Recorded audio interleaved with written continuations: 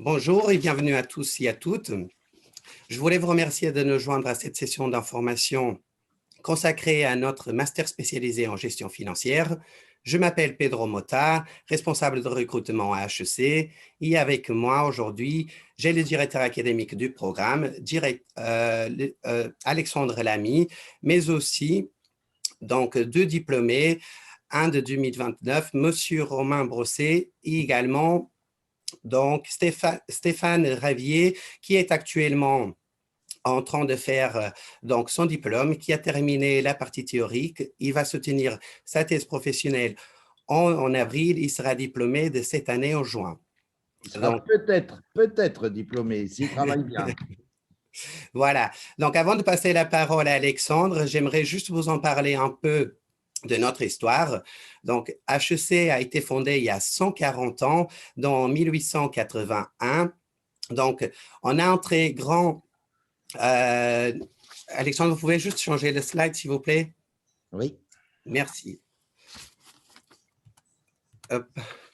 Je ne le vois toujours pas. Voilà, donc nous avons une très grande diversité de profils à haut niveau. Donc, et nous produisons également des nouveaux savoirs en management au quotidien, ce qui fait qu'HEC est devenu un leader mondial dans les executive education. Donc, nous sommes classés, excusez-moi, depuis 10 ans, nous sommes classés parmi les 10 meilleures business schools par le Financial Times. Et aujourd'hui, donc, nous comptons environ 60 000 diplômés dans le monde entier. Donc, et tout cela est devenu possible grâce à l'excellence de notre corps professoral, à notre faculté experte dans tous les domaines de management qui vous garantit un apprentissage innovant, pertinent et impactant. Donc, maintenant, je passe la parole à notre cher professeur Alexandre Lamy pour qu'il vous présente le programme. Merci Pedro, bonjour mesdames, bonjour messieurs. Merci de vous être branchés sur ce webinaire ce matin et donc de porter intérêt à notre programme sur lequel je vais me permettre de vous dire quelques mots et j'espère que je serai fréquemment interrompu par, donc comme Pedro l'a souligné, un participant qui est en train de terminer sa formation, terminer son master, et un autre qui est brillamment diplômé. Alors, celui qui est brillamment diplômé, que vous voyez à l'écran ici, eh bien, il est là.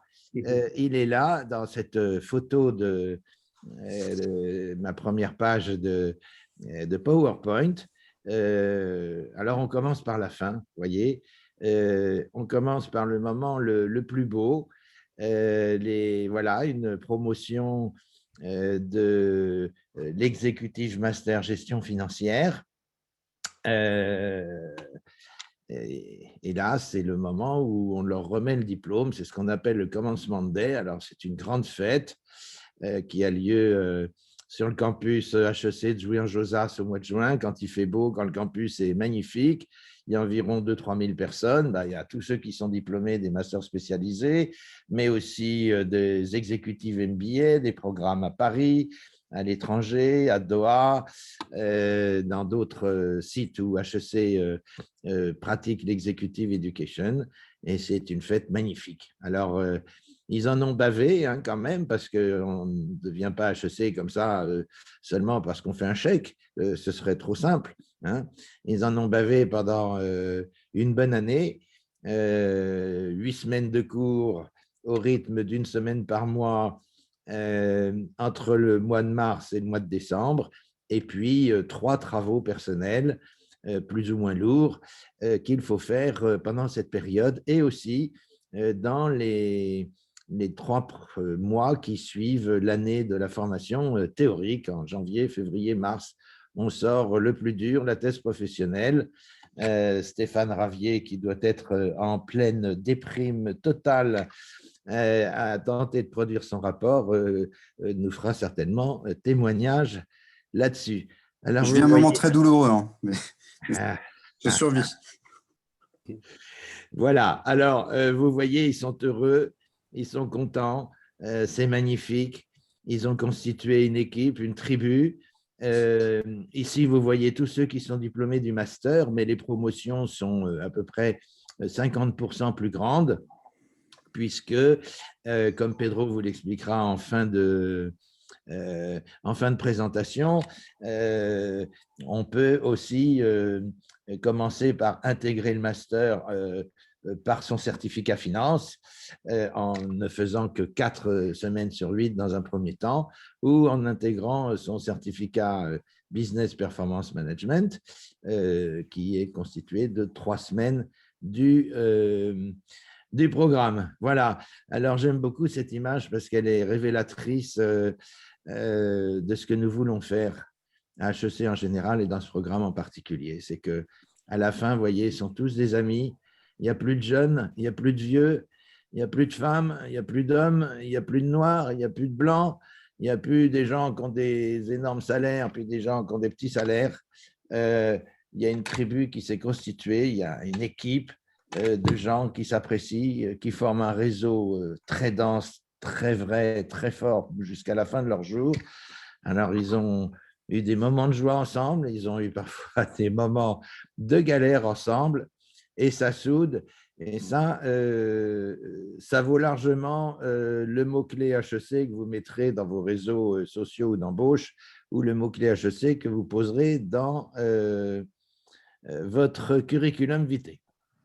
Alors, comme vous le savez, pour pouvoir vous renseigner sur le site d'HEC, et aussi, je tiens à le souligner, en prenant contact téléphonique avec Pedro Mota, qui est payé à HEC pour répondre à toutes vos questions, vous écouter, vous entendre, avoir de longs entretiens avec vous, répondre à toutes vos questions, toutes vos inquiétudes et toutes vos espérances. Donc, ce sont les deux façons de bien communiquer. Donc, comme vous le savez, ce programme est structuré en 3 séquences. Alors, on commence par une semaine de stratégie. Vous pourriez dire, c'est loin de la finance d'entreprise. Ben non, pas du tout, parce que, vous savez, simplement utiliser des outils et des savoirs, bon, c'est quelque chose de purement technique. C'est important, bien sûr. Et là-dessus, vous pouvez compter sur nous pour mettre à jour vos connaissances ou upgrader vos connaissances au plan technique de façon assez fantastique. Mais si on ne sait pas pourquoi, dans quel esprit, dans le cadre de quelle stratégie, dans quelle perspective on travaille, si on ne sait pas faire tout ça avec du recul, ça manque un peu de sel. Hein. Voilà. Si je puis me permettre, c'est un peu comme l'amour. Hein. L'amour, ça n'est pas qu'une affaire de technique, c'est aussi une affaire de technique. Mais ça n'est pas qu'une affaire de technique. Et si avec la technique, ça manquerait beaucoup de charme, c'est une évidence.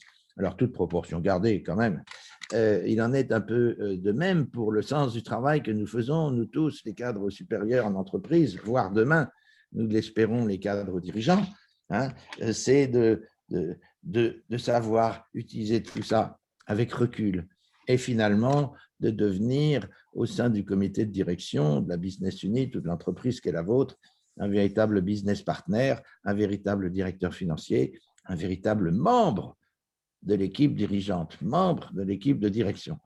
Voilà la perspective. Et c'est la raison pour laquelle on commence par une semaine de stratégie qui est animée par le grand professeur Frédéric Leroy, avec une équipe absolument remarquable dans laquelle on retrouve aussi en conférence l'ancien directeur général d'HEC qui a fait pendant 15 ans à la tête de notre maison ce qu'elle est aujourd'hui.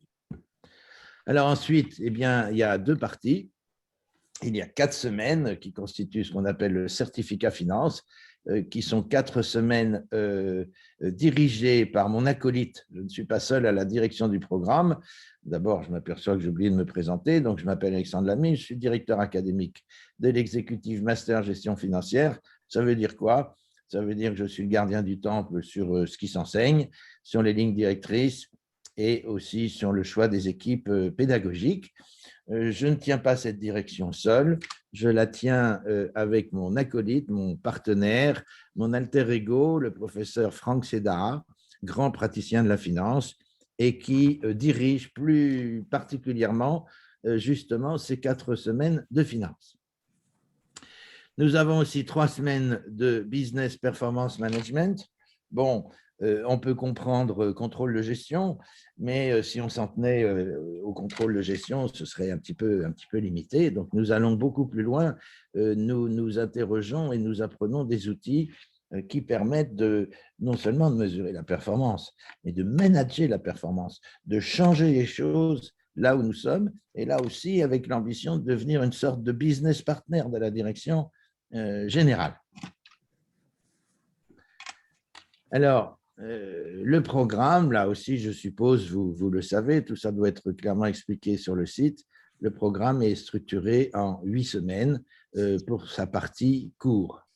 Ça veut dire qu'au total, vous partagerez avec vos collègues en amphithéâtre ou en sous-groupe, en salle d'équipe pendant les travaux d'équipe, 350 heures d'enseignement au total. Être diplômé HEC, ça n'est pas seulement suivre les cours. J'aime bien cette formule qui a été inventée par un prof de prépa du lycée Louis-le-Grand. Ouvrez les guillemets, j'écoute, j'oublie, j'écris, j'apprends, je fais, je sais. Donc, nous retenons ce principe. Au fond, s'il suffisait de regarder Roland Garros à la télévision pour être bon au tennis, ça se saurait. Hein, et ce serait un peu facile. Par conséquent, quelle que soit la grande qualité de mon équipe pédagogique, comme Pedro Mota a eu la grande gentillesse de le dire, et c'est vrai qu'on a une équipe de profs absolument remarquable dans tous les champs de la finance, avec des experts, des tas de gens et des grands profs d'HEC. Bon, pour finir, si vous croyez qu'en écoutant tous ces guignols qui causent sur l'estrade, vous allez devenir des caïds, ben non, ça ne suffit pas. Alors, il faut écouter très attentivement, il faut prendre des notes pour que ça rentre dans le cerveau, et puis surtout, il faut mettre en pratique. C'est pour ça que, et j'y reviendrai pendant les heures d'enseignement, j'y reviendrai quand je présenterai la journée type, on a des moments de cours magistral où le prof fait ses cours, et ensuite, vous avez des moments où vous travaillez en sous-groupe, accompagné de 5-6 participants. On appelle comme ça les gens qui font le programme. Si vous rentrez dans ce programme, vous serez un participant ou une participante. Donc, il y a des moments où on pratique, où on applique. Alors, on applique en petits groupes en pratiquant la cross-fertilisation. Mais ça ne suffit pas. Et puis, pour avoir le diplôme, qui est équivalent de Bac+5, master, eh bien, il y a un certain nombre de standards. Alors, vous aurez 3 travaux personnels à réaliser. Et à chaque fois, pour ces travaux personnels, vous serez accompagné soit d'un mentor, soit d'un tuteur. Alors, le mentor, c'est pour ce que je présenterai tout à l'heure, soit un tuteur du diagnostic stratégique et financier, soit un directeur de thèse pour la thèse. D'abord, le diagnostic stratégique et financier, c'est quelque chose que vous faites à l'automne, on va dire entre mi-septembre et un peu avant Noël. Il s'agit de faire une analyse financière, de bilan et de compte de résultats, très classiquement, mais en plus, en rentrant ce que vous avez appris dans votre semaine de stratégie et en resituant l'entreprise dont vous analysez les comptes, le bilan et le compte de résultats dans la perspective de son développement, dans son secteur d'activité, dans sa géographie, dans ses technologies, etc., avec une analyse stratégique à la clé.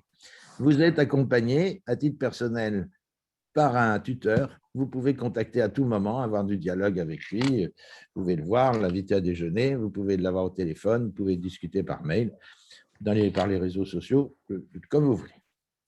Le deuxième travail personnel, c'est un projet d'action Business Performance Management. Alors ça, c'est assez génial, ça plaît beaucoup. Ça veut dire que le participant, pendant les 3 semaines de BPM, il va apprendre, réapprendre, actualiser tout un tas de savoirs, tout un tas d'outils, tout un tas de techniques. Et ce qu'on va lui demander, c'est d'essayer de mettre en œuvre quelque chose de tout ça là où il est dans son entreprise. Alors, soit imaginer la chose, c'est-à-dire bâtir un projet, de changement de quelque chose, d'amélioration du système de costing, de modernisation du système budgétaire, de tout un tas ou de mise en œuvre d'outils spécifiques appris dans le programme, comme le Balance Scorecard ou la démarche VAR, que sais-je.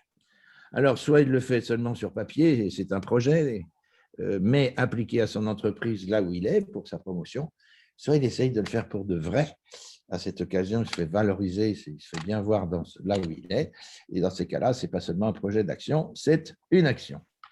Là, vous êtes accompagné par un mentor qui est un grand frère, un grand professionnel. Ça peut être le patron mondial du contrôle de gestion chez SEB, ça peut être la directrice administrative et financière d'Aéroport de Paris, ça peut être le numéro 2 de l'audit dans le groupe La Poste, ça peut être un grand banquier, ça peut être aussi un prof d'HEC qui a une expérience, une expertise particulière, et vous aurez des rapports très amicaux avec lui. C'est-à-dire qu'il ne va pas vous prendre de haut, il va vous accompagner comme un grand frère.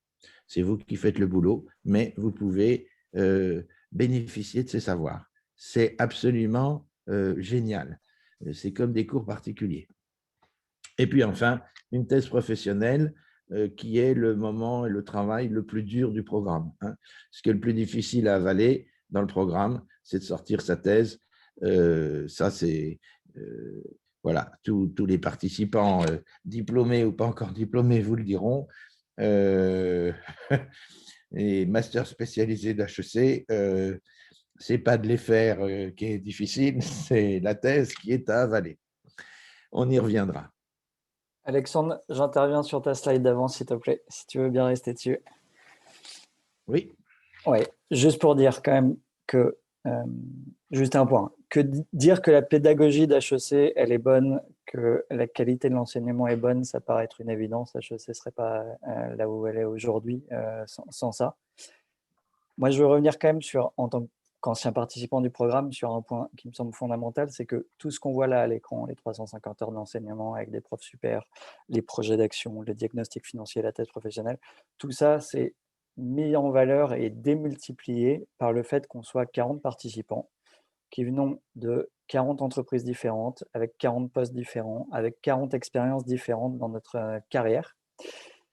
Et que ce qui change par rapport à l'entreprise, c'est que tous les statuts sont absolument cassés parce qu'on n'est pas en entreprise justement, donc il n'y a pas un chef. Il y a un responsable d'équipe qui va changer chaque semaine. Il y a toute une organisation et une pédagogie derrière qui est mise au service de casser tous ces statuts.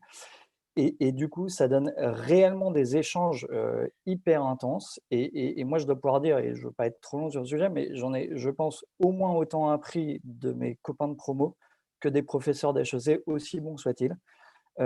Parce que ces heures d'enseignement, elles sont démultipliées dès qu'on a la moindre discussion avec un gars qui dit « Ah oui, mais moi, cette situation, je l'ai rencontrée dans mon entreprise il y a 10 ans, j'ai eu ce même problème et je l'ai réglé de cette manière. » Voire de temps en temps, quand on challenge les profs en disant « Ta théorie, elle est très très belle, mais moi, je ne rencontre pas du tout ça dans ma vie d'entreprise.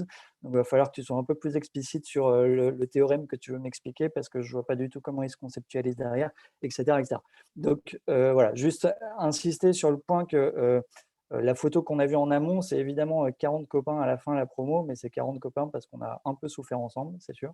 On a surtout beaucoup échangé et je pense que ça démultiplie complètement tout le projet pédagogique derrière, ça lui donne une force bien plus intense et ce qui fait que ce programme ne pourra jamais être remplacé par un MOOC ou n'importe quelle formation en ligne parce qu'il manque toute cette interaction qui vient démultiplier tout ce qu'on nous enseigne. Il a bien parlé, il m'a fait plaisir à dire tout ce qu'il a dit, c'est tout à fait juste. La moitié de ce que vous allez apprendre dans ce programme, ça viendra des profs, et l'autre moitié, ça viendra de vos collègues. Ce qui veut dire aussi que ça viendra de vous-même. Ça signifie qu'on attend beaucoup de choses de vous, et surtout que vous vous impliquiez dans le programme, au service du programme, c'est-à-dire au service de la seule chose qui nous intéresse, l'ensemble des participants. Alors, je vais maintenant vous dire quelques originalités tangibles de ce programme. Ce n'est pas ce qui est le plus important pour moi, mais enfin, ce sont quand même des originalités. Et puis après, je vous parlerai d'autres originalités qui ne sont pas signalées ni par Pedro, ni sur le site Internet. Alors, d'abord, on a une dynamique pédagogique forte parce que nos formations sont par semaine pleines. Imaginez que vous vouliez non pas faire les HEC, mais progresser au tennis. Et imaginez que vous souscriviez à un programme où vous allez avoir 8 semaines d'entraînement intensif. Bien, ben voilà ce qu'on vous propose, hein, à raison d'une par mois. Ben, il est clair que quand on fait une semaine de stage de tennis, on rentre avec des courbatures. Bon, mais le niveau de tennis monte. Et imaginez que vous ayez 8 stages d'une semaine accompagnés par des entraîneurs d'enfer, etc., plus émulation de groupe, ben, il est clair qu'à la sortie, votre niveau au tennis, ce n'est pas le même que celui à l'entrée. Et ben, c'est exactement ce qu'on va faire. La dynamique de la semaine, c'est quelque chose de dingue. Alors, la première fois qu'ils arrivent, les participants, il faut vous dire que si vous rentrez dans ce programme, vous devenez un participant du programme parce que vous participez au programme. Vous n'êtes pas un suiveur du programme, vous êtes un participant du programme. La nuance est fondamentale pour nous. Bon, alors les gens, ils arrivent le premier jour, on le sait parce qu'on a des sondages là-dessus, ben, ils sont un peu inquiets, est-ce que je vais être à la hauteur? HEC, c'est des prétentieux, j'ai déjà croisé 2-3 HEC dans ma vie, il faut voir le style, bon, passons, est-ce que je vais être… Bon, ils sont un petit peu inquiets. Bon. Alors très vite, ils sont rassurés parce qu'on s'est créé l'ambiance nécessaire, et puis la première semaine se passe, et hop, désolé, ça c'est mon épouse qui me téléphone. Elle savait pourtant que j'avais un webinaire, mais enfin, passons, ça c'est une autre histoire. Alors, bon, il y a la dynamique, voilà. Et puis alors, toutes les semaines suivantes, ils se retrouvent, on les voit le matin vers 8h30, si on commence à 9h, ou vers 8h10, si on commence à 8h30. Ils ont la banane quand ils arrivent, parce qu'ils se retrouvent, ils savent qu'ils vont passer une semaine d'enfer, ils sont contents de retrouver leurs copains et leurs copines. Voilà, bon, ils sont ravis d'arriver. Bien. Ce qu'il faut dire aussi, c'est que c'est un peu comme, c'est le contraire du nord de la France. Bon, et alors quand ils repartent, ils sont contents de repartir. Hein. Ils ne pleurent pas parce qu'ils sont crevés. Il était temps. Donc le vendredi après-midi, vers 16h30, 17h, quand ça se termine, ils sont vraiment ravis de repartir.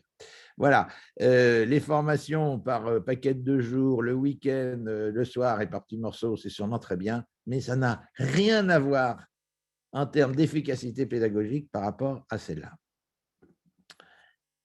Les 3 projets individuels avec accompagnement d'experts, j'en ai parlé, je n'y reviens pas. La diversité des profils, des participants, des secteurs et des entreprises. Vous allez être dans une promotion avec une petite quarantaine de personnes, vous aurez des banquiers, vous aurez des industriels, vous aurez des gens des sociétés, des entreprises de services, vous aurez probablement 1 ou 2 ou 3 du secteur médical, vous en aurez 1 ou 2 du secteur associatif, de tout ce qui se fait dans l'économie sociale et solidaire, etc. Vous aurez des directeurs financiers, vous aurez 2-3 directeurs généraux. Alors ceux-là, ils viennent hein, souvent parce qu'ils disent, écoutez, moi je suis directeur général ou directrice générale, hein, parce que j'ai bien réussi ma vie professionnelle, mais je suis passé par le commercial. Dans le commercial, je connais, le marketing, j'ai fini par l'apprendre, mais alors la finance, je rame. Et quand je suis devant mon board, avec tous ces fonds d'investissement et ces financiers qui me prennent de haut et qui me prennent pour un charlot, alors qu'ils n'y connaissent rien à mon métier, que moi j'y connais, j'en ai marre de passer pour une bille. Alors, est-ce que vous voulez bien venir dans le programme? Alors, je dis, écoutez, monsieur, vous allez être le maillon faible, là, parce que vous n'êtes pas assez bon pour rentrer dans le programme sur nos spécialités. Le mec, il me dit, ouais, ou la nana me dit, bon, écoutez, c'est vrai, mais j'ai du calibre, puis je vais me donner à fond, je vais faire les cross-knowledge auparavant, etc., parce que quand vous rentrez dans ce programme, on met à votre disposition déjà 60 sessions équivalentes à des petits MOOC que vous pouvez suivre gratos quand ça vous arrange ou quand ça vous plaît ou quand vous en avez besoin. Bon, et puis voilà, alors ça c'est encore un profil. Souvent, il faut un peu les tirer au départ et puis comme ils sont intrinsèquement pas mauvais, puis que c'est pas si difficile que ça de comprendre ce que c'est que le coefficient bêta ou le WAC ou autre, bon, ils finissent quand même par être très très bons. Diversité aussi géographique, hein. Il y a des gens de toute la France, il y a aussi parfois des Européens non français et il y a souvent, on va dire, un quart à peu près des participants qui viennent d'Afrique francophone. qui ont des très jolis postes, qui sont des gens de grande valeur. Alors, il y a 15-20 ans, il faut dire, c'était eux un peu les maillons faibles. C'est fini. Hein. Aujourd'hui, ils sont super diplômés, pas seulement d'école française, soit dit en passant, et c'est souvent parmi nos meilleurs participants. Alors, il y a des gens qui ont des gros salaires, et puis il y a des gens qui ont des postes plus modestes, avec des salaires plus modestes. Eh bien, on s'en fout de tout ça. Hein. Ils ont tous envie d'avancer. Et tout ça, ça fait une richesse de cross-fertilisation qui a été soulignée à l'instant par Romain. Nous pratiquons une forte incitation au partage et au transfert d'expérience. Enfin, on pourrait se lasser, hein, une semaine pleine à apprendre. S'il fallait passer 5 jours assis sur une chaise dans un amphi à écouter les guignols, à la fin, on finirait par s'endormir, surtout après déjeuner. Donc, bien sûr, c'est prévu pour qu'il se passe toujours quelque chose. Hein. C'est un peu comme les émissions de télévision, on zappe d'un truc à un autre. Voilà. Donc, il y a des moments de cours magistraux avec beaucoup d'échanges entre le prof et les participants. Je dis toujours entre guillemets, à mes participants, challenger les profs. Romain l'a évoqué tout à l'heure à très juste titre. Allez les chercher, interrogez-les, intervenez. Si vous n'êtes pas d'accord, dites-le. Si vous n'avez pas compris, dites-le aussi. Si vous n'avez pas compris, c'est qu'il est nul. Parce qu'il n'y a aucune raison que tout le monde ne comprenne pas. Bon. Et puis, s'il déconne ou si vous n'êtes pas d'accord, eh bien, intervenez aussi. Essayez de le foutre dans le corner, le prof. D'ailleurs, nos profs, ils ne sont jamais meilleurs que lorsqu'ils ont un amphi qui bouge un peu. Ils ne sont jamais meilleurs que dos au mur. Donc, des cours, des études de cas. Bon, c'est la tradition depuis 50 ans. HEC a été bâti à partir de sa réforme dans le milieu des années 60 et de son implantation à Jouy-en-Josas sur le schéma d'Harvard. Harvard et HEC sont très, très proches dans l'esprit, dans beaucoup de choses. Harvard, c'est l'étude de cas. Je sais. Donc, j'apprends à travers des études de cas. Donc, ces études de cas, vous les pratiquez, notamment en début d'après-midi, pour ne pas vous endormir. C'est là qu'en équipe, vous planchez sur un cas qui traite notamment des thèmes, évidemment, sur lesquels le prof est intervenu le matin. Et puis, vous avez 2 heures ou 3 heures pour traiter le cas et revenir avec un joli PowerPoint et que votre équipe présente les choses. Alors, il y a la pression. Hein. C'est une pression amicale, ne vous inquiétez pas. Mais c'est dur. Beaucoup de fois, vous dites, on ne va pas y arriver, là, on n'est pas du bâtiment. Voilà. Et puis, vous avez 2 ou 3 heures, vous dites, merde, comment on va faire pour, dans 3 heures, revenir avec la solution à PowerPoint? C'est totalement impossible.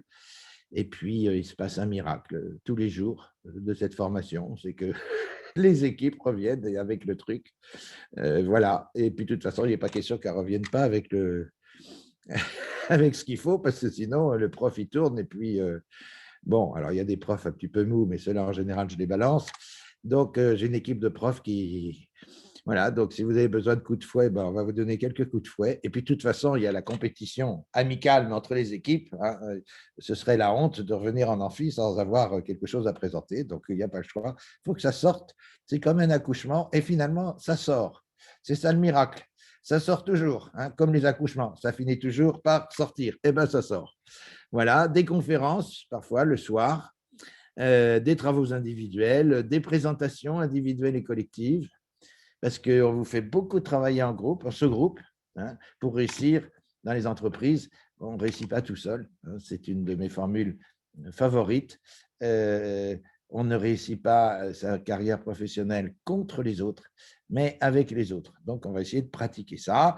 On a parfois du training sous caméra, des ateliers, enfin bon, des tas de trucs. Voilà pour les originalités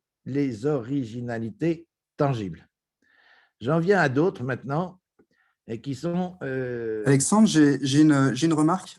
Oui. Si tu reviens à la slide précédente. Bien sûr. Oui, voilà. Donc, sur le point de la diversité des profils, c'est vrai, on a des profils très différents. Par ailleurs, moi, je trouve ça très enrichissant. Je me souviens qu'au début, le premier cours en BPM qu'on a eu, un participant avait levé la main en disant « Écoutez, Moi, je suis avocat d'affaires. Je ne vous cache pas que je pense être un peu un boulet par rapport aux autres parce que mes connaissances en contrôle de gestion sont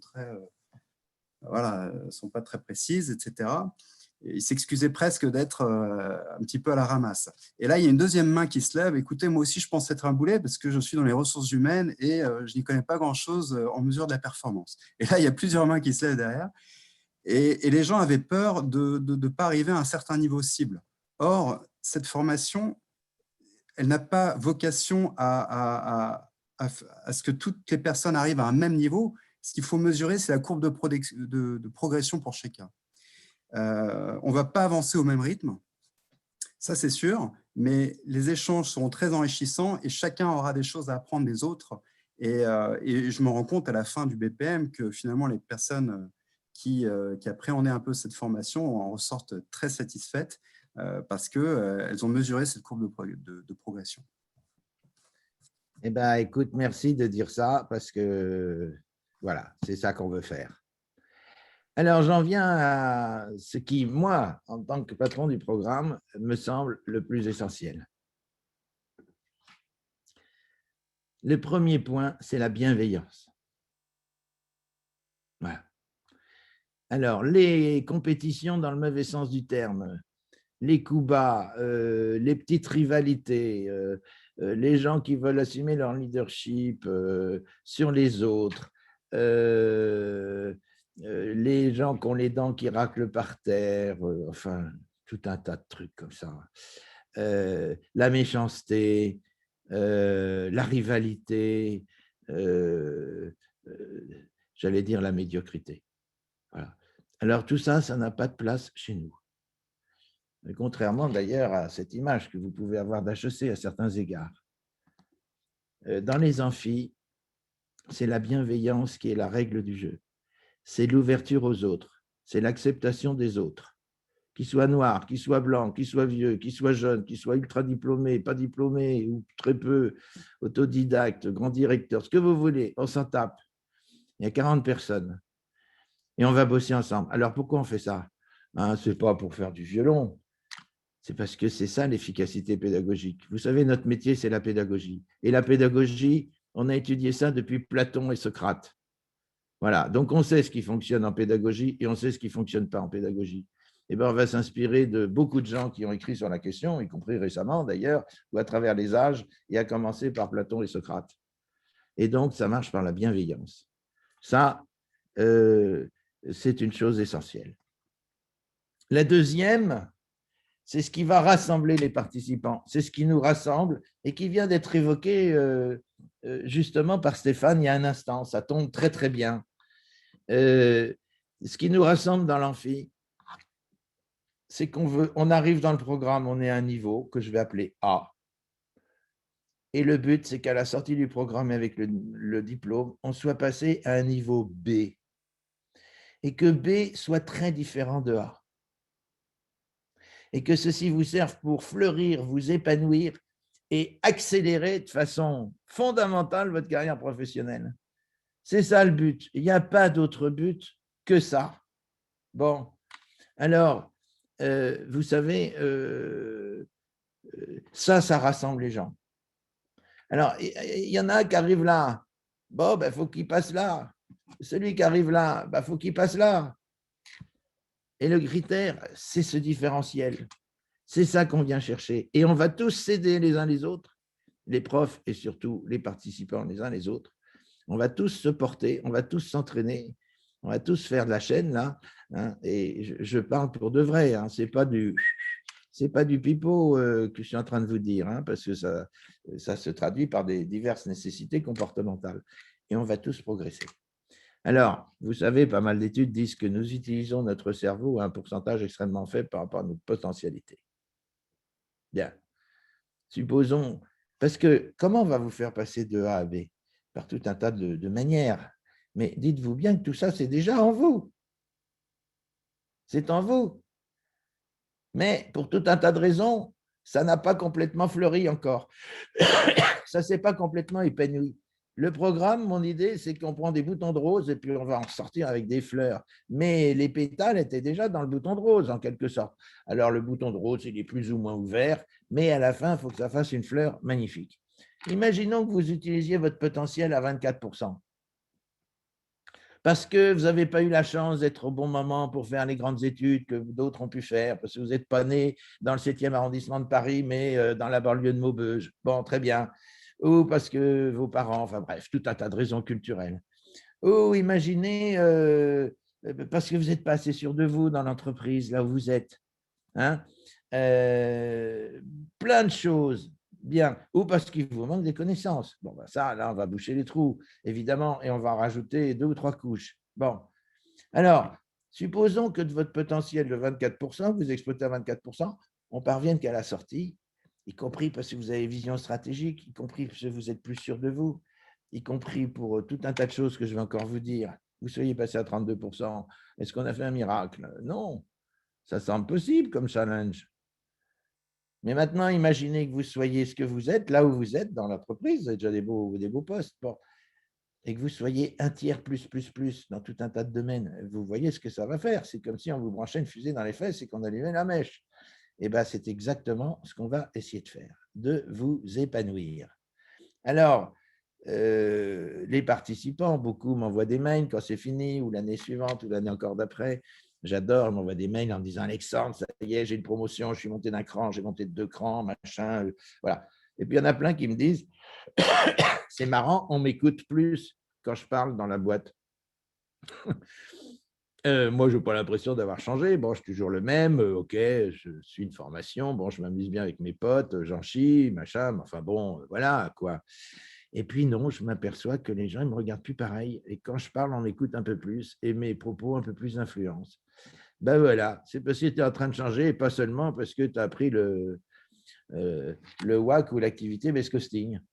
Voilà, il s'est passé tout un tas de choses. Eh bien, c'est ça notre ambition. Ouais, et Alexandre, là, je rebondis pour essayer d'insister encore plus parce que je pense que c'est un point réellement essentiel. Et c'est d'ailleurs un point assez rigolo parce qu'on se rend compte de comment nous, on évolue au sein du programme et de comment les autres évoluent. Et en fait, en 8 semaines de cours comme ça, aussi intenses soient-elles, on ne va pas devenir des spécialistes de tous les sujets financiers au sein de l'entreprise. On a tous des cœurs de métier avec lesquels on arrive, sur lesquels on va être bon et d'autres sur lesquels on est moins bon. Et on va justement ajuster tout ça. Donc, on va progresser un peu de partout, effectivement, mais on va surtout prendre en assise sur le fait de maîtriser un peu toute la chaîne des postes dans la direction financière. Et on ne les maîtrise pas tous techniquement à la fin, mais on sait pour chacun de ces postes de quoi ils retournent, quels sont les enjeux. J'ai compris la stratégie qu'il y avait derrière et de fait, je suis moi-même dans mon entreprise beaucoup plus à l'aise après pour juste peut-être tenir mon propre rôle, mais parce que je comprends mieux le rôle de mon stakeholder à côté de moi ou en face de moi qui m'emmerde en réunion ou à l'inverse qui est de mon côté. Et j'ai une vision beaucoup plus large de ce qui se passe dans ma direction financière. Et ça sert à débloquer énormément de comportements de gens qui sont impressionnés par des postes ou classiquement, j'en sais rien, on va faire du M&A par exemple. Il y a plein de gens qui n'ont jamais touché au M&A avant de rentrer et on fait des simulations de vente de boîtes. Pour ceux qui ne savent pas ce que c'est, quand on voit les avocats d'affaires arriver avec leur beau costard, leur belle cravate, ils sont impressionnants et on se dit waouh, ils sont super forts et je comprends rien à leur métier. Une fois qu'on en a fait 2 cas où en fait on est tous passés dans la simulation et on a vu comment ça se passait, et de fait, un avocat d'affaires, ça ne nous impressionne pas le moins du monde. Et je parle d'expérience parce que j'ai vécu cela peu de temps après être sorti d'HEC et dans le poste que j'ai eu juste après. Et de fait, il y a plus grand monde qui nous impressionne, pas qu'on maîtrise tout, hein, mais juste qu'on a une assise. Cette assise-là, voilà, elle nous a épanouis, elle nous a ouverts. Et on est peut-être qu'à 32%, mais les 8% qu'on a pris en plus, ils changent fondamentalement la donne. On va aussi, merci beaucoup pour cette intervention. Celle-là aussi, elle me ravit parce que c'est ça, voilà. C'est ça qu'on veut faire et c'est ça qu'on fait, je crois. On va vous apprendre à apprendre aussi. Voilà. Et c'est peut-être ce que non seulement tu n'es plus impressionné, mais quand tu butes sur quelque chose, tu as les moyens d'apprendre et de compléter ce que tu ne sais pas encore. outre que tu as aussi 39 copains que tu gardes et tu sais que dans les 39, tu as forcément le mec qui a la solution et qui va te la filer ou qui va te brancher sur le mec qui, lui, ou la nana, qui a la solution. Alors, on va vous apprendre à apprendre aussi. Et puis, pour prendre la baseline de l'école, que j'ai mis 20 ans à comprendre, je croyais que c'était un slogan publicitaire, mais ça va beaucoup plus loin, on va vous apprendre à oser. Voilà, il y a toujours un certain nombre de participants qui n'ont pas assez confiance en eux, qui valent mieux que ce qu'ils pensent, ou qui ont eu un parcours professionnel où ils ont eu des gens qui leur ont mis un peu la main sur la tête, qui les ont empêchés de s'épanouir pour tout un tas de raisons, intrinsèques, statutaires ou autres. Il y a beaucoup de femmes dans le programme qui n'ont pas assez confiance en elles. C'est-à-dire qu'il y a un plafond de verre dans nos entreprises, on le sait bien. D'ailleurs, j'ai une conférencière qui est directrice de recherche au CNRS qui nous fait une conférence au cours du programme sur le plafond de verre dans les fonctions financières, etc. Et ça souffle. Hein. Nous autres, les mecs, on en prend plein la gueule. C'est assez dur à supporter, mais bon, on le supporte quand même. Et c'est vachement bien. Bon, et c'est vrai que j'ai toujours des participantes qui ont déjà des postes, bon, mais qui peuvent exploser. Alors, quand elles s'aperçoivent dans les travaux d'équipe ou dans les moments d'examen ou autres, qu'elles sont aussi bonnes que ces messieurs-là qui se la pètent, eh bien, il n'y a pas de raison.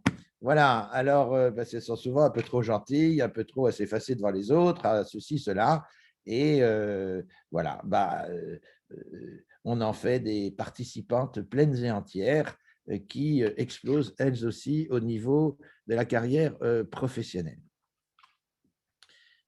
La troisième originalité à laquelle je tiens beaucoup, c'est la solidarité. Alors, on en a déjà parlé implicitement dans tout ce qu'on a dit avant, donc on se répète un peu, mais j'appuie dessus.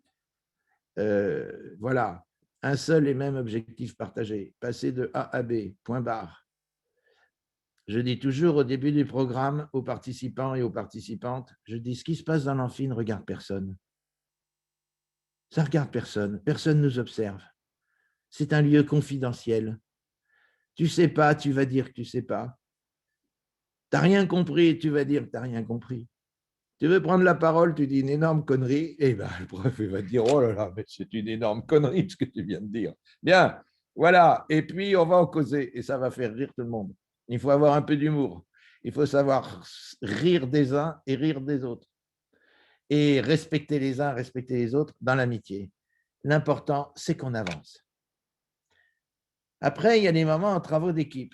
Alors, effectivement, selon le thème, vous allez être la locomotive parce qu'il se fait que c'est un thème que vous pratiquez dans votre entreprise, vous êtes fort là-dessus, vous connaissez vachement bien. Bon, et puis vous allez être avec une bande de blaireaux qui sont moins au point que vous, hein, sans parler du maillon faible qui, lui, traîne la patte. Bon, c'est une cata. Très bien. Puisque vous êtes si fort que ça, expliquez-leur. Tirez-les. Hein, parce que maîtriser un sujet, c'est une chose, mais maîtriser un sujet au point d'être capable de l'expliquer clairement à autrui, ça, croyez-moi, c'est notre paire de manches. Alors, puisque vous êtes si fort que ça, moi, je vais vous foutre un challenge dans la gueule. Hein. Donc, vous allez me tirer le groupe. C'est ce que j'attends de vous, ce qui fait que vous serez à fond. Bon, alors les autres, ils suivent, bon, ok, et puis il y a le maillon faible. Bien. Alors, vous avez été la locomotive lundi après-midi, et puis alors pas de chance. Aussi, c'est de la chance, parce que vous avez beaucoup progressé. Jeudi matin, là, c'est un truc où vous n'êtes pas du bâtiment. Hein. Vous êtes le maillon faible. Et bien, ce qu'on va vous demander, évidemment, c'est d'avoir vos oreilles encore plus ouvertes que d'habitude, d'être super open mind.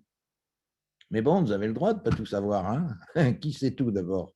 Ça m'arrive, moi, en tant que prof, dire on me pose une question, puis je ne sais pas. Je dis, je suis désolé, je ne sais pas. Je ne sais pas tout, moi non plus. Bon. Alors là, les autres, ils vont vous tirer, ils vont vous emmener. Et la règle du jeu, c'est quand l'équipe revient avec le travail, c'est la performance du maillon faible qui va faire la note de l'équipe. Voilà. Donc, on avance tous ensemble. On ne laisse pas le maillon faible de côté. Le mec dit, oh non, mais moi, je ne connais rien, je vous laisse bosser, les mecs, et puis rajouter mon nom sur la copie. Ça, c'est hors de question. Hors de question. Vous aurez dans la formation un moment de sinistre et un moment de gloire. Bon, moment de sinistre, c'est qu'à un certain moment, on repère Un truc qui vous bloque là, qui fait que ça vous empêche de passer de 24 à 32. Ça y est, on a identifié dans votre cas là.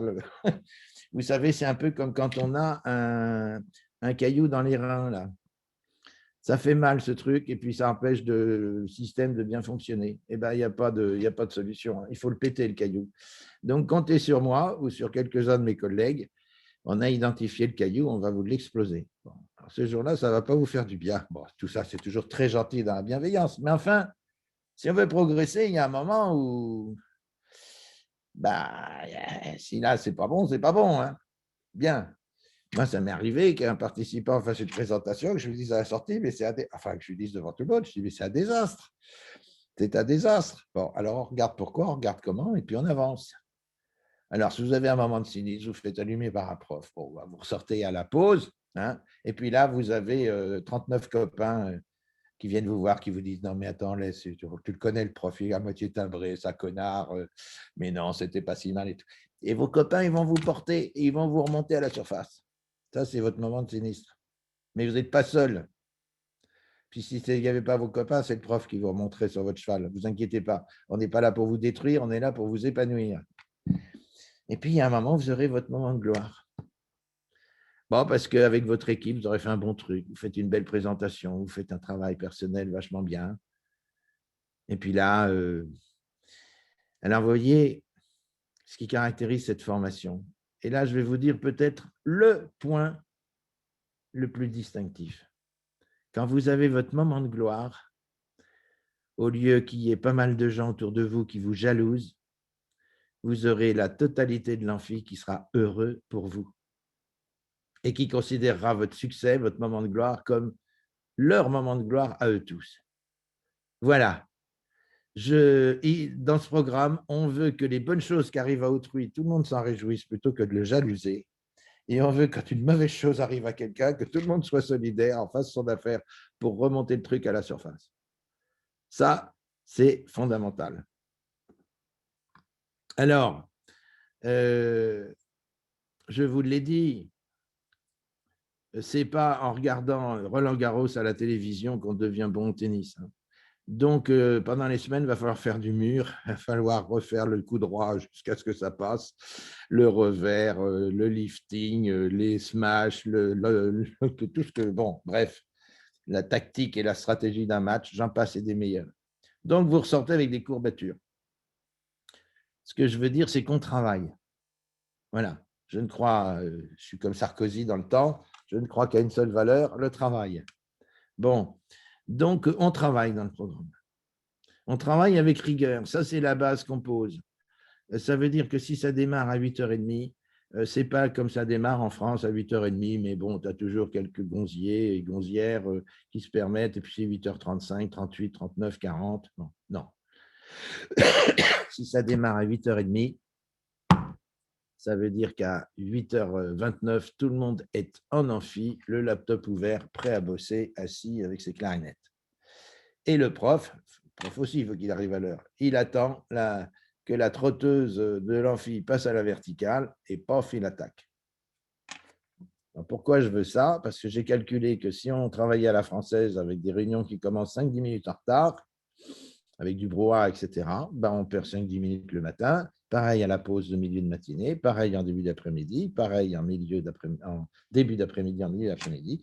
J'ai calculé, à la fin, les participants ont perdu une semaine d'enseignement. Rien de moins.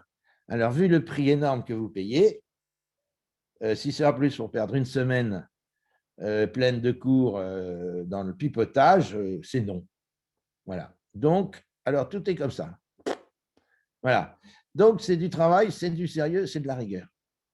Ceci étant acquis, ce n'est pas parce qu'on est sérieux qu'il faut qu'on soit coincé dans notre costard. Donc, on se marre, on rigole, on déconne. Je vous promets, bon, mais alors mes deux anciens qui sont là, ils se font chier parce qu'ils ont déjà entendu ça. Mais c'est vrai que je vous promets des cerises de rire sur un pamplemousse de travail. Mais il y a les cerises de rire. Voilà, c'est-à-dire qu'on ne se prend pas au sérieux. On travaille, on est sérieux, mais on ne se prend pas au sérieux. Donc, on a une bonne ambiance, sympathique, chaleureuse, humaine. Et je vais vous dire, là aussi, on le sait, ce sont les conditions d'une bonne pédagogie. Parce que ce n'est pas en étant stressé, malheureux, complexé, en rivalité, tous ces machins-là qu'on apprend correctement. Non, dans ces trucs-là, on est dans le défensif, dans le bagarre, donc on a le cerveau qui se ferme.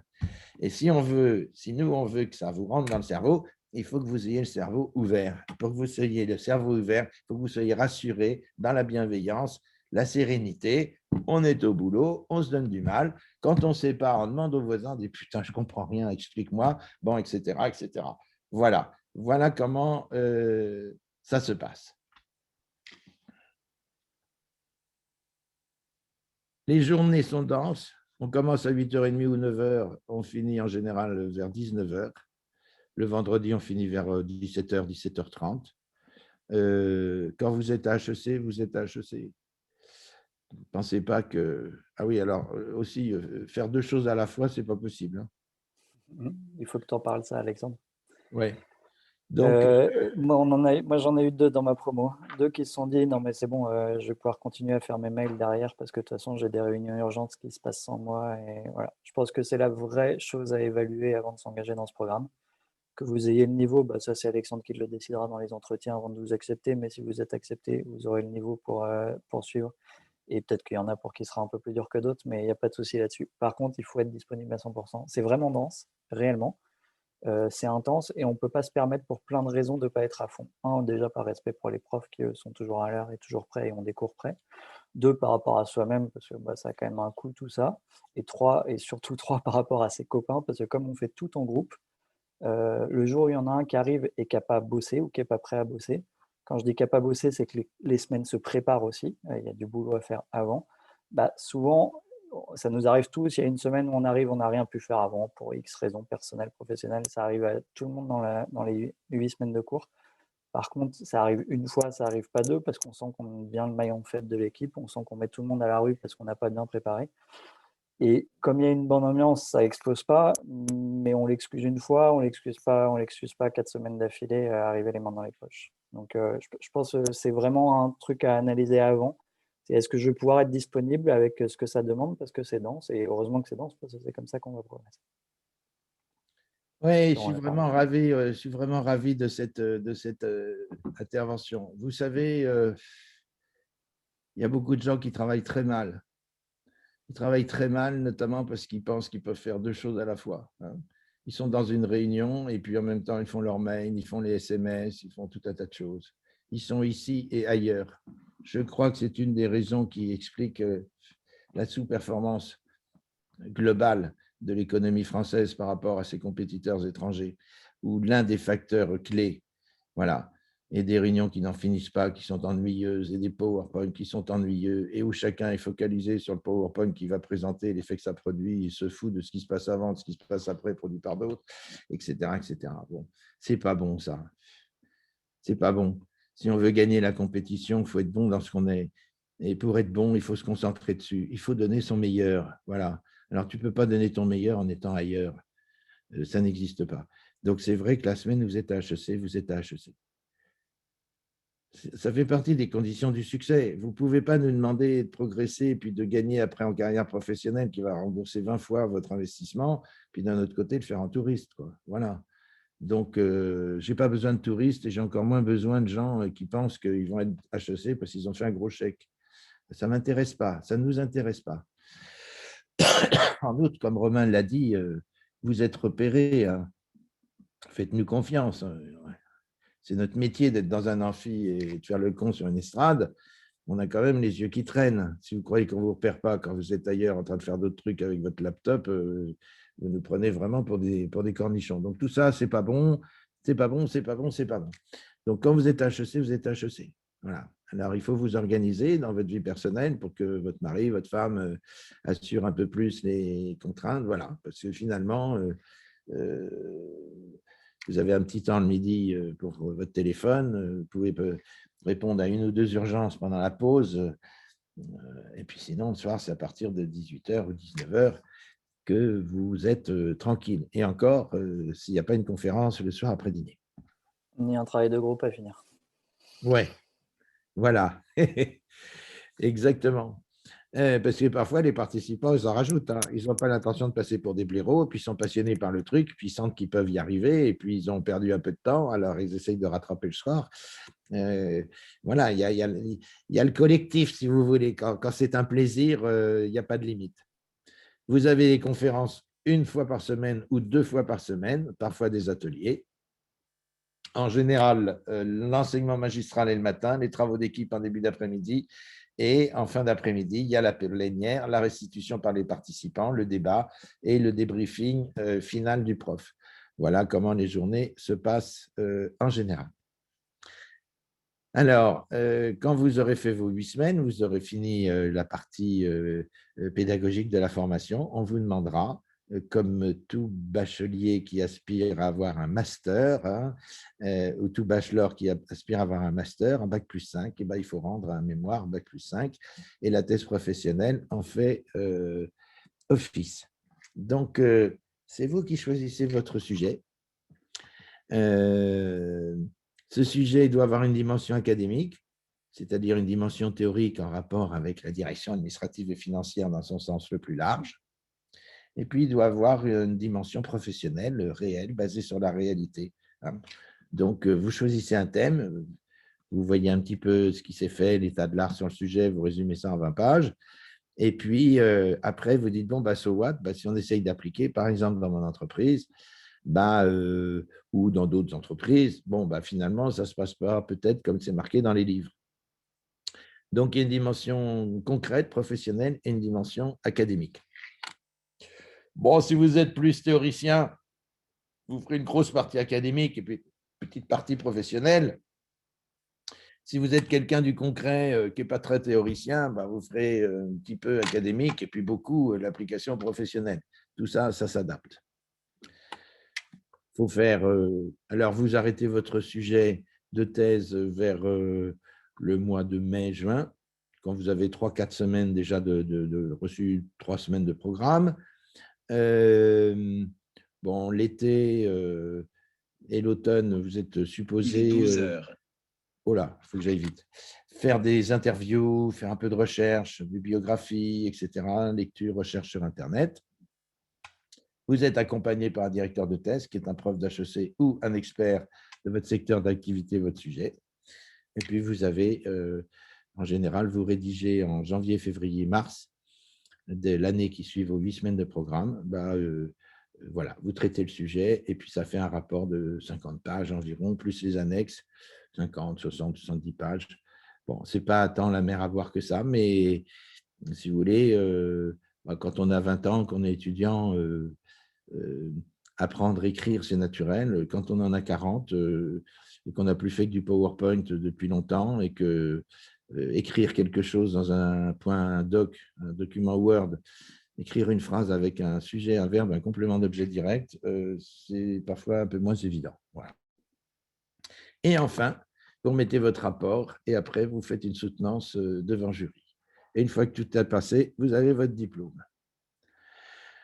Je vais passer rapidement sur les modalités d'évaluation. Pendant les semaines, elles sont rarement individuelles, le plus souvent collectives. Et puis, le gros des crédits vous sera acquis à travers vos travaux individuels, c'est normal, le diagnostic, le projet d'action et la thèse professionnelle. Vous voyez qu'il y a un poids considérable dans le total de ces crédits. Pedro, est-ce que tu reprends à partir de maintenant? Oui, je peux m'en occuper. Donc voilà, donc ça c'est un tout aperçu du calendrier de la session 2021, mais vu qu'il ne reste pas beaucoup de temps, autant avancer. De toute façon, je vous enverrai tout cela par mail. Tu peux avancer, s'il vous plaît, Alexandre? OK. Donc voilà, vous avez donc plusieurs options. Soit à la fin, vous pouvez faire donc un des 3 certificats qui comprennent le master, mais aussi vous pouvez, comme Alexandre l'a dit tout au début, pardon, vous pouvez commencer par faire un des certificats et plus tard le capitaliser en complétant avec un ou 2 autres. Donc, sachant aussi qu'il y a le module 1 avec l'analyse stratégique de l'entreprise à compléter, plus la thèse. Donc, je vais passer maintenant au processus d'admission. Donc, Alors, il y a nos beaux participants, là, quand même On peut peut-être leur redonner la parole pour qu'ils nous disent quelque chose qu'ils ne nous ont pas encore dit. Hein, Romain et Stéphane, vous êtes mignons sur ces photos. Je trouve que C'est pas sympa de mettre ça. Je trouve que vous avez beaucoup vieilli, les mecs. Hein, mais bon, passons. Non, vous dire… Tu as commencé, Romain? Ouais, vous dire en peu de temps que si je suis ici, c'est pas parce que je suis payé pour le faire, c'est juste parce que ça me semble évident de venir témoigner de ce que j'ai vécu, parce que ça a réellement fondamentalement changé ma vie professionnelle. Ça l'a pas révolutionné, mais ça a vraiment été un vrai moment fort de ma carrière professionnelle jusqu'à maintenant. Et je me dis même que je recommencerai dans plusieurs années. Il reste peu de temps, je ne vais pas être très long. Juste, je sais qu'il y a plein de questions qu'on n'ose pas forcément poser à Alexandre ou à Pedro et que vous voudriez peut-être poser à des anciens.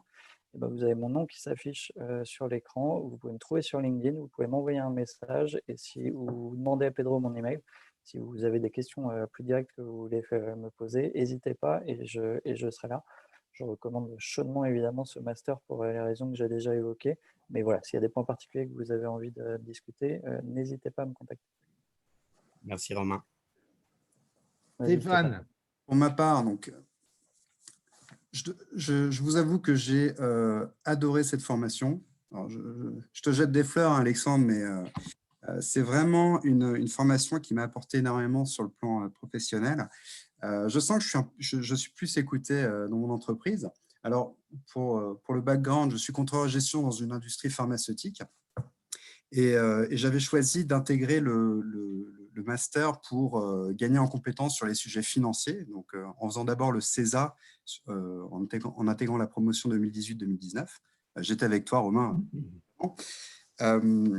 Et comme ça m'avait plu, j'ai voulu continuer avec le BPM que j'ai intégré en 2020, donc par capitalisation, et ainsi aller au bout avec le master. Évidemment, le BPM, c'est un sujet que je connaissais mieux puisqu'on traite de contrôle de gestion, mais j'ai considéré que j'avais un recul à prendre et il fallait que je remette en question mes acquis et ce que je connaissais du contrôle de gestion. Et en ça, j'ai trouvé ça vraiment très enrichissant. Ce que je retiens en particulier sur cette formation, c'est la chose suivante. Je trouve que le programme imprime très bien.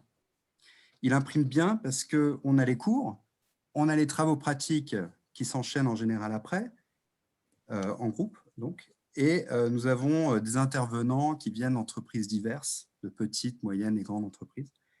Et cet ensemble apporte une dynamique qui fait qu'on se souvient des concepts, des méthodologies, je pense plus que dans d'autres formations. Et vraiment, aujourd'hui encore, je me souviens très bien de ce qui avait été fait il y a 2 ans en César. Et je ne suis pas sûr que dans d'autres formations, ça imprime aussi bien. Donc vraiment, très satisfait pour ma part. Merci Stéphane. Alexandre, vous pourriez avancer s'il vous plaît. Voilà, donc je reviens maintenant au processus d'admission. Il y a ces prérequis pour faire acte de candidature. Donc, le master, il s'adresse à des managers qui présentent donc une expérience professionnelle d'au moins 5 ans en statut cadre, donc qui ont déjà eu des responsabilités de management d'équipe. Ils viennent principalement dans des métiers de la finance, du contrôle de gestion, de l'audit, de la comptabilité, aussi destinés à court terme. Donc, bien évidemment, nous avons plusieurs types de profils, que ce soit directeur administratif et financier, analyste financier, cadre du secteur bancaire, contrôleur de gestion, auditeur, expert comptable et risque manager, entre plein d'autres. Voilà, on vous demande également d'être titulaire de l'un des diplômes suivants qui s'affiche donc sur la slide. Sachez cependant que nous pouvons accepter jusqu'à 30% des cas dérogatoires. Et en plus, je voulais rajouter juste une petite info. Avant de demander le passage de test TOEIC ou de TOEFL, c'était un des prérequis. Ce n'est plus une obligation, cependant, on le recommande vivement parce que d'une, vous pourriez avoir 2 supports qui vous sera fournis en anglais. Il faut que vous soyez en mesure de pouvoir l'accompagner.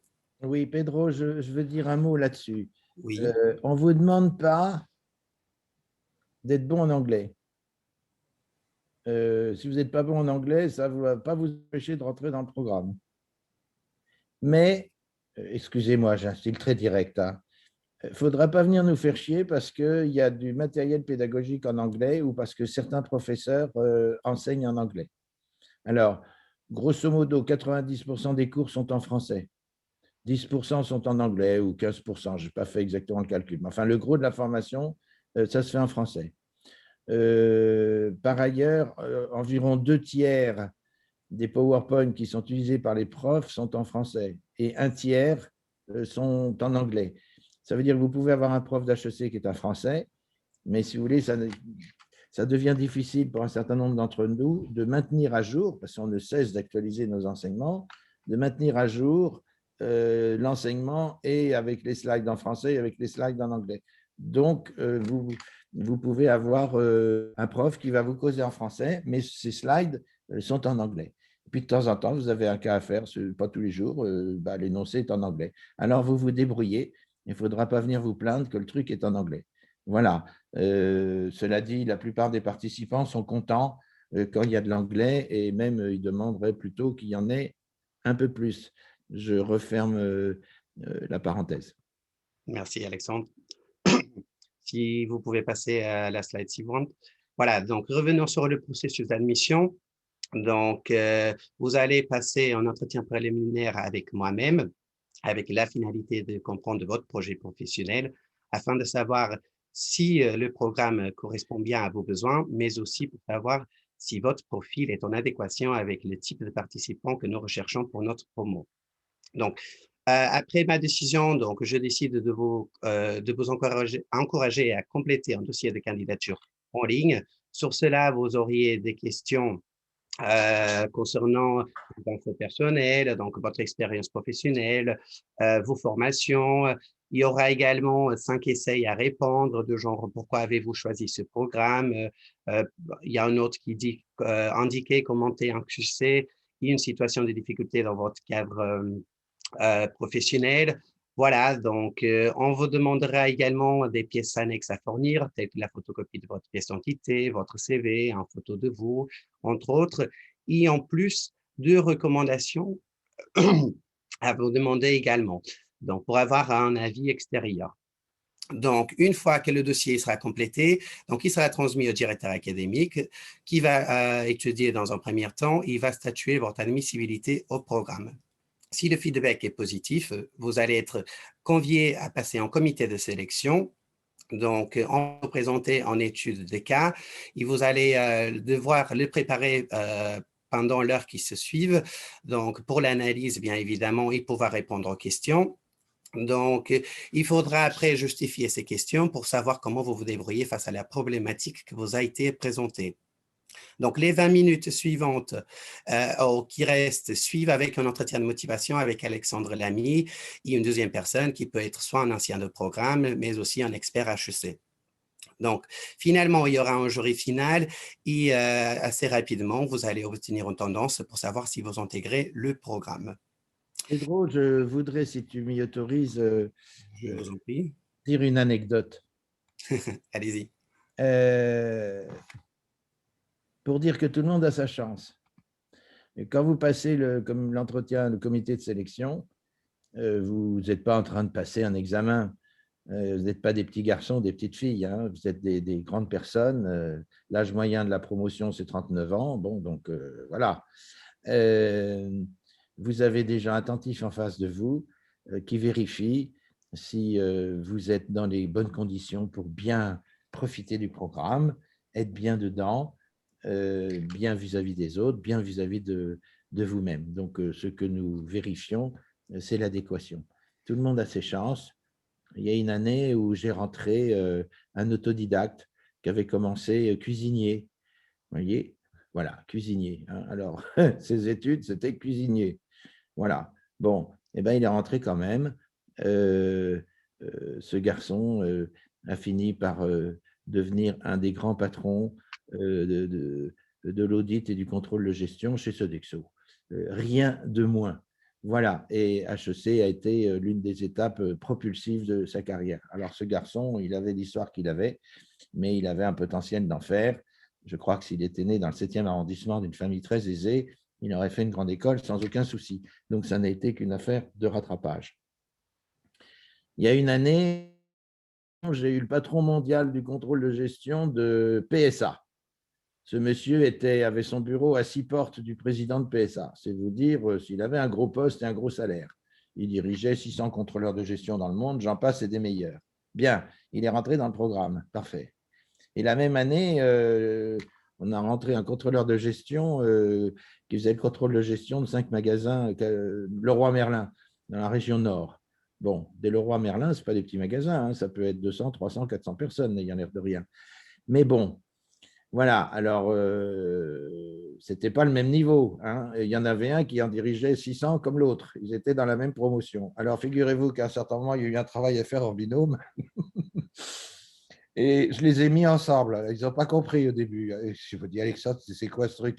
Le gars de PSA, il m'a dit, bon, tu aurais pu me mettre, il y a des avions dans la promo, tu aurais pu me mettre avec un avion au lieu de me foutre avec un cul de patrouille, admettons. Et puis le cul de patrouille m'a dit, dis donc, qu'est-ce que je vais faire avec ce gars-là qui pourrait être le patron du patron de mon patron? Et bien, je dis, tiens, on va voir ça. Parce que si vous rentrez haut, moi, je vais vous faire des demandes élevées. Si vous rentrez moins haut, je vais vous faire des demandes élevées aussi. Et chacun à son niveau. Alors, le premier, il avait comme travail à faire, pas par HEC, mais par PSA, de restructurer l'ensemble des réseaux de distribution des concessionnaires Peugeot et Citroën. Et le problème, c'est qu'il ne connaissait rien à la distribution, ce monsieur, qui était un grand caïd. Hein. Alors que mon petit gars de chez Leroy Merlin, lui, la distribution, il connaissait mieux que personne parce que meilleur en distribution que Leroy Merlin, par Amazon, il n'y en a pas gros, il n'y en a pas beaucoup. Voilà. Donc, ils se sont énormément apportés, les deux. Énormément. Ils sont devenus d'ailleurs potes comme cochons à leur grande surprise. Encore plus potes qu'ils ne l'étaient dans la promotion. Voilà. Et tous les deux, ils se sont aidés, ils ont vachement avancé. Voilà une anecdote, moi, une réalité, un témoignage qui me plaît énormément et qui résume ce qu'on veut faire à HEC dans ce programme. Très bien.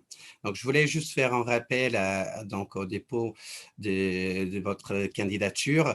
Donc, je vous rappelle que la rentrée aura lieu le 15 mars 2021. Donc, la deadline pour pouvoir se candidater se tient donc le 19 février afin qu'on puisse avoir le temps de pouvoir respecter les délais pour le processus d'admission. Donc, je vais vous laisser maintenant mes coordonnées afin que vous puissiez donc me poser toutes vos questions. N'hésitez surtout pas à m'appeler ou m'envoyer un petit mail. Donc, profitez-en aussi qu'il nous reste encore un tout petit peu de temps et je m'excuse déjà d'avoir dépassé un peu le temps prévu. Mais voilà, n'hésitez pas à nous écrire des questions sur l'onglet questions et réponses afin qu'on vous puisse donc répondre à toutes vos questions. À vous de jouer.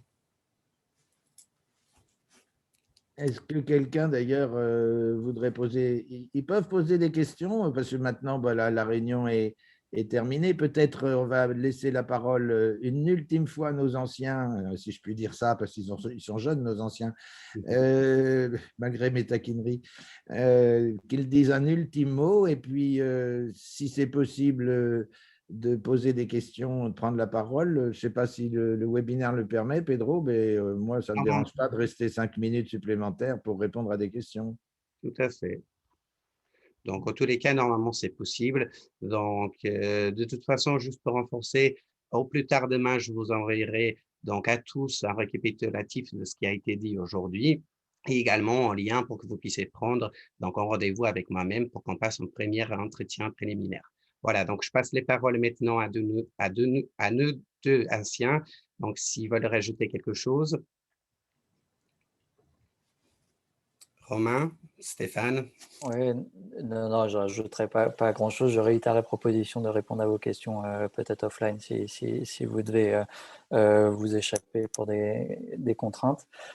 Et je vous réitère aussi le conseil de foncer si jamais ça vous semble être le bon moment de votre carrière et que vous semblez avoir le temps pour faire cette formation. De mes 40 copains qui restent de ma promo, parce qu'on est 40 copains maintenant, j'en connais aucun qui a regretté d'avoir fait cette formation. Pour certains, ça a été plus dur que d'autres, mais tout le monde en sort avec un grand sourire et je reviendrai. Moi, l'image que je garde, c'est la première photo que vous avez vue sur ce slide, c'est 40 copains qui sourient et qui s'éclatent. Et 2 ans après, on est encore évidemment en contact. On se voit régulièrement par petits groupes.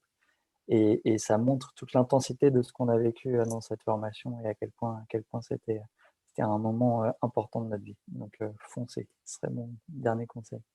Stéphane, avant que tu conclues la réunion, je précise aux personnes qui nous écoutent qu'ils peuvent poser des questions dans le chat. Vous pouvez poser des questions dans le chat uniquement par écrit. Bon, donc je l'apprends. Donc, si vous avez des questions, vous utilisez le chat, vous posez votre question et puis moi, je vous répondrai. Et puis, alors, Stéphane, tu vas conclure et puis on va libérer tout le monde, sauf ceux qui voudraient poser quelques questions. D'accord. Vous pouvez bien sûr aussi me laisser des mails. Donc, je pense que mon contact vous sera communiqué aussi, hein, Alexandre ou Pedro. Dites-moi si c'est bien le cas. C'est oui. Donc, n'hésitez pas à m'écrire.